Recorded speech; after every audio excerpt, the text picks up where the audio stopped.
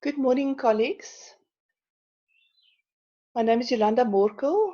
I'm from the Department of Architectural Technology and Interior Design in the Faculty of Informatics and Design.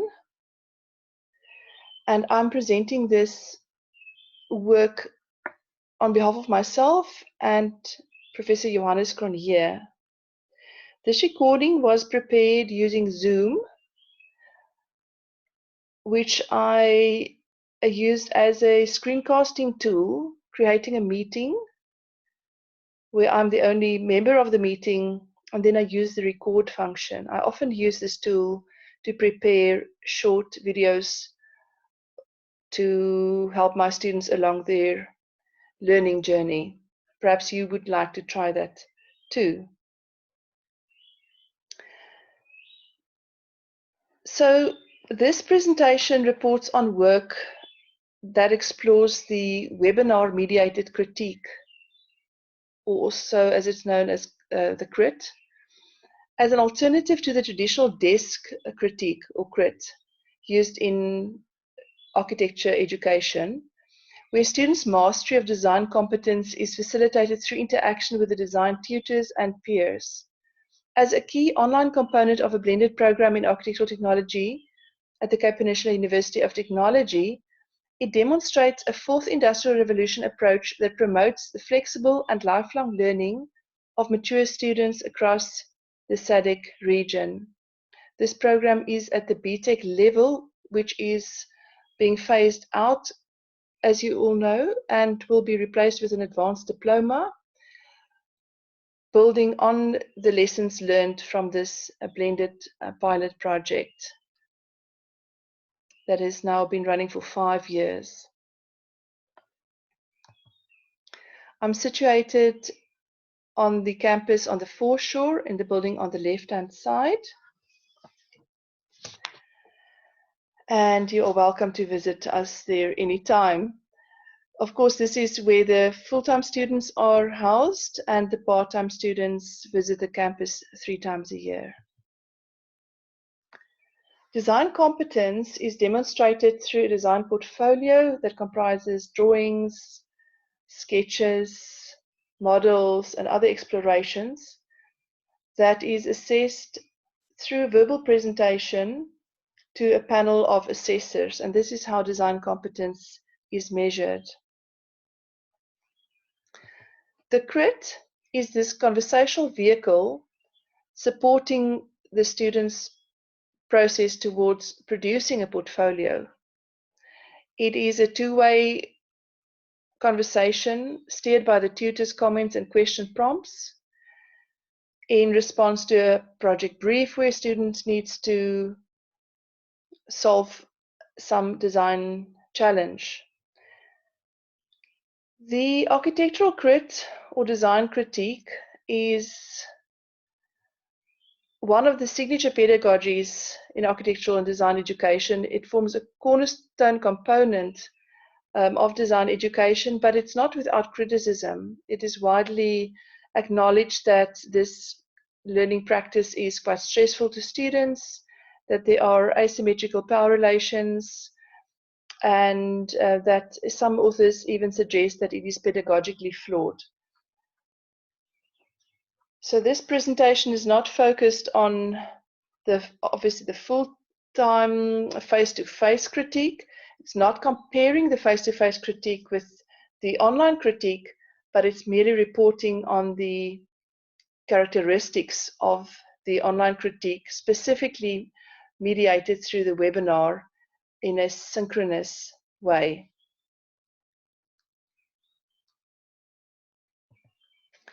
The live online crit on which this study is based forms part of a series of online learning experiences facilitated in formal and informal online spaces, both synchronous, that is in real time, and asynchronous, which is over time. Of course, this work is situated in the online space, specifically in the webinar space that happens synchronously.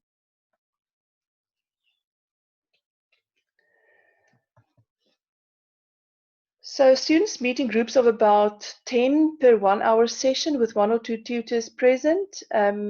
We're using a virtual GoToWebinar space, but this other webinar tools are also available. Blackboard Collaborate, even Zoom is becoming more and more popular for this kind of work.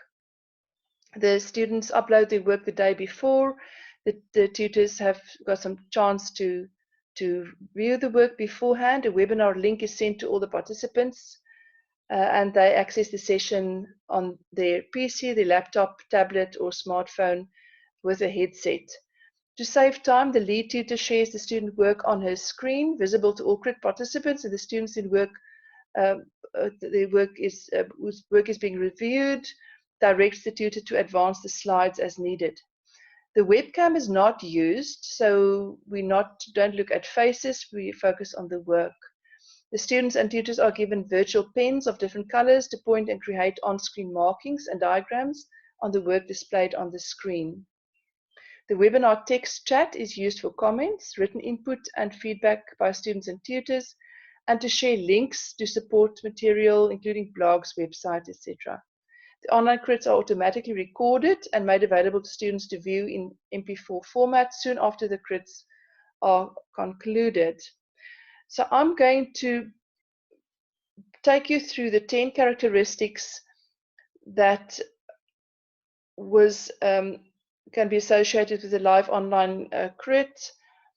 The data, I'm not going to go into the methodology, but it is available on, I can share that with you on another occasion if you have specific questions.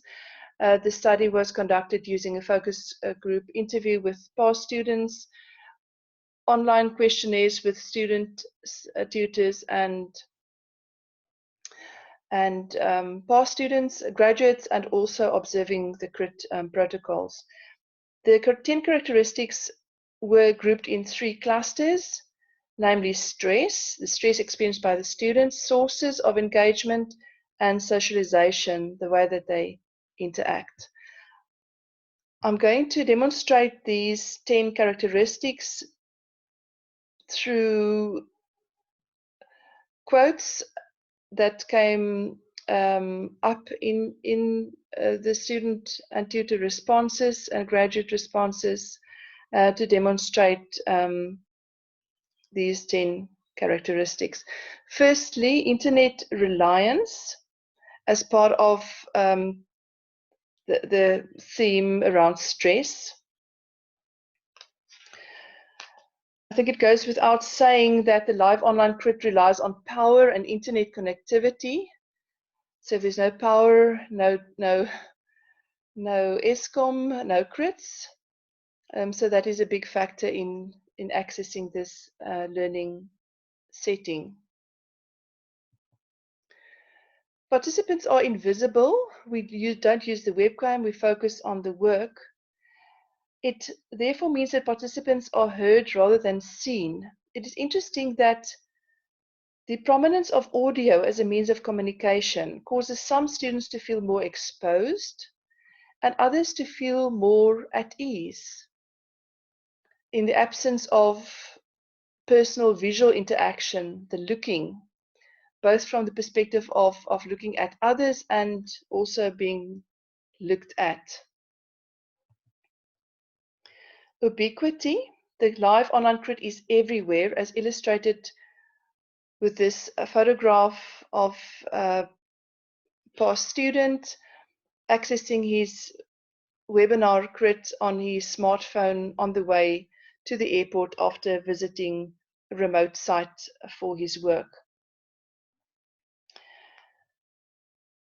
So the crit is everywhere. The learning setting provides a virtual space for students and tutors to meet regardless of the location of their homes or workplaces. We've had students meeting online in fire escapes, in their cars, in their boardrooms, offices, office kitchens, and as you can see, on a bus. The next theme is around sources of engagement. Media intensity is the use of multiple media for different forms of communication. In this virtual studio setting, all material, whether in 2 or 3 dimensions that students and tutors engage with online, are presented in digital format. It means they can take photographs of their work. They can present 3-dimensional work as well, digitally.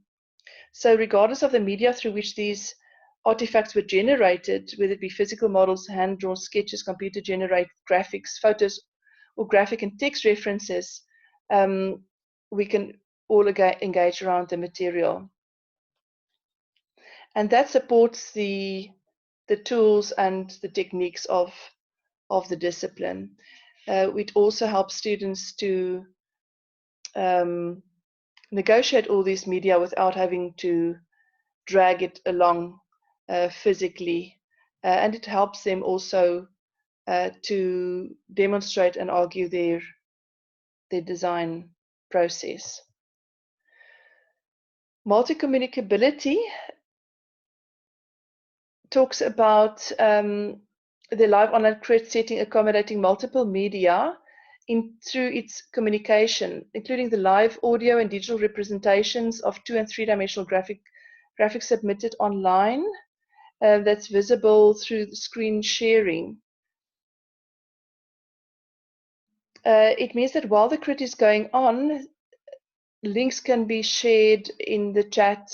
Students can navigate between different platforms, and they can even use a back channel that's exclusively for students using WhatsApp, where they support each other while the crit is in process. Resource efficiency talks about the students experiencing the live online crit as saving time and money, saving time through focused engagement, saving money through limiting paper printing, traveling, etc.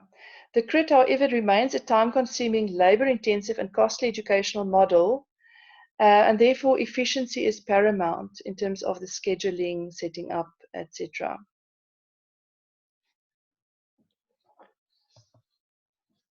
The final theme that we looked at, socialization and interaction, showed us that the crit is in essence quite formal.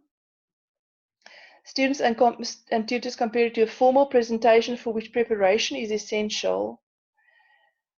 Given the time constraints, students must come prepared, be organized, properly articulate their ideas graphically, systematically compile them, and carefully plan how they will be verbally presented. In this sense, the interim feedback situation setting quite strongly resembles a summative assessment in that it prepares students to formally present their work. It is not as informal as the face-to-face desk crit, and therefore it seems to limit opportunity for informal and serendipitous learning, where learning is discovered by accident. So it's quite formal in that respect. Accessibility. The live online crit provides equal learning opportunity to all students to participate in and attend all scheduled sessions. It means that there's no limit to the number of students that can get really close to the material, to the drawings, artifacts, etc. Everybody sees the same thing on their screen. The crit recordings help them to revisit their own crit interactions and also to view other students' work. Everybody's got access to all the material and they can revisit the material afterwards.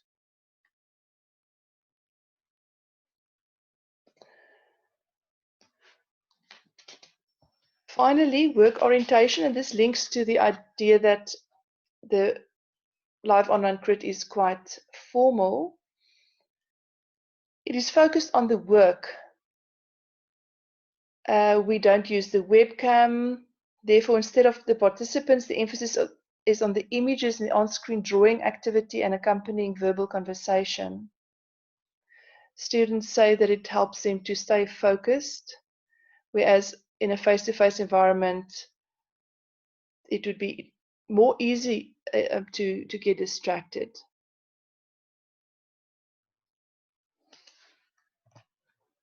And therefore, the final characteristic of the live online crit that emerged from the graduate students' and tutors' responses is that it widens access and expands the range of participants. The online medium can reach more students and provide access to a broad range of experts with diverse backgrounds and skills.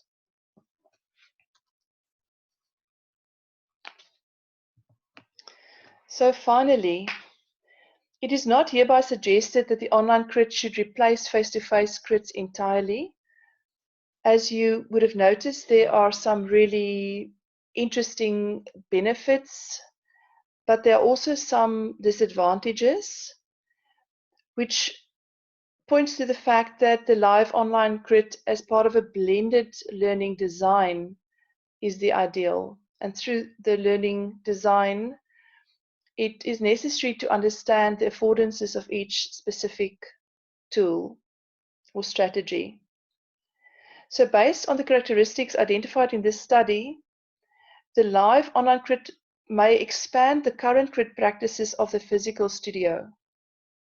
An understanding of the value that the live online crit can add and its limitations can help educators and tutors design learning interventions suitable to specific learning contexts towards addressing challenges related to student diversity, limited resources, and a rapidly changing higher education context. As a result, not only will learning be more accessible to working students wishing to study part-time, but graduates will be better equipped to navigate multiple physical and online modes of interaction necessary to practice architecture in the fourth industrial age. Face-to-face, you can talk amongst each other while somebody else is presenting. So you can have your focus in another place and not where the conversation is situated. Well, I think it's a thing of you log on alone online, but you're part of this group, so you listen more intently. And if you're in a physical group like this, referring to the focus group interview setting, you can sit and chat while they're critting. Your attention can be elsewhere. So I think it's better if you are alone in a group, referring to the online setting, than in an actual group, which means the physical one. Thank you very much for your attention. I look forward to your questions, and I'm keen to engage with you at any point if you wish to know more about this study.